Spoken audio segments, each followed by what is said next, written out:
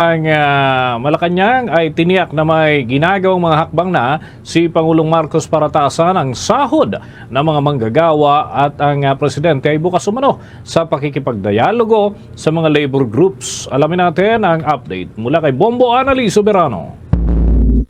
Tiniyak ng Palasyo ng Malacanang na may ginagawang hakbang si Pangulong Ferdinand Marcos Jr. para itaas ang sahod ng mga manggagawa lalo na ang mga nasa private sector. Nananawagan kasi ang ilang mga mambabatas at labor groups kay Pangulong Marcos na sertipikahang urgent ang wage hike bill. Paliwanag naman ni Palace Press Officer Undersecretary Claire Castro na nais ng Pangulo na makipag-usap at magsagawa muna ng konsultasyon sa mga stakeholders upang malaman kung ano ang dapat gawin para tugunan ang hiling na taas sahod. Nais din matiyak ng punong ehekutibo kung kaya din ng mga employers na taasan ang sahod ng kanilang mga empleyado. Siniguro ng Malacanang kung ano ang magiging kautusan ng Pangulo kaugnay sa wage hike ay kanila itong ipatutupad. Una nang inihayag ng Pangulo na hindi binabaliwala ng gobyerno ang kahilingan ng mga manggagawa na magkaroon ng aumento sa kanilang sahod. Pakinggan natin ang pahayag ni Undersecretary Claire Castro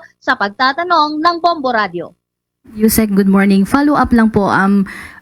Ilang mga mambabatas po kasi nananawagan na kay Pangulong Marcos na sertipikahan na po daw urgent ang wage hike bill. Ano po ang reaksyon ng Malacanang sa panawagan na sertipikahan po na urgent ang wage hike bill? Opo, ganito po yan. Kailangan po natin lahat alamin. Ito po ay ayon din sa Pangulo, lahat ng stakeholders dapat po makausap, malaman ano po yung maaaring magandang idulot, positibo, negatibo. So lahat po ng stakeholders kailangan kausapin kung kakayanin din po ba ng mga employers at kung ano yung nararapat sa mga manggagawa. So sa ngayon po ay dapat pag-usapan lahat-lahat po yan. Pero kung ano po yung makakaya ng Pangulo sa kanyang pag-uutos, katulad ng sinabi po natin, sa pamamagitan po ng DOLE, ibibigay po natin sa mamamayan. Hindi nga lang po siguro ganon kalaki katulad ng hinihingi ng iba mga kababayan natin. But at least po, gumagawa po ang Pangulo sa abot na makakaya na maibibigay para sa taong bayan at mga manggagawa.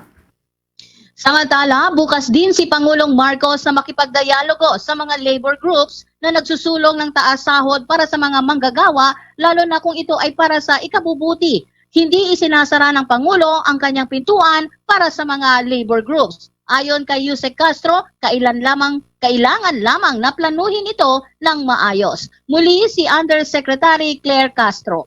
Ang labor group po ay nananawagan din na ng parang meeting with the President. Bukas po ba ang Malacanang na makipag-usap sa mga labor groups? Thank you. Ang Pangulo po ay laging bukas sa anuman pong diskusyon para po sa ikabubuti ng mga manggagawa. At hindi po yan sinasara yung pintuan. Kailangan lang din po siguro natin na masabi sa Pangulo kung papaano, kailan, para po magkaroon sila ng magandang pag-uusap. Mula sa Malacanang, Bombo Annalise Montaño Soberano nag-uulat para sa number 1 and most trusted radio network in the country, Bombo Radio Philippines, Basta Radio, Bombo!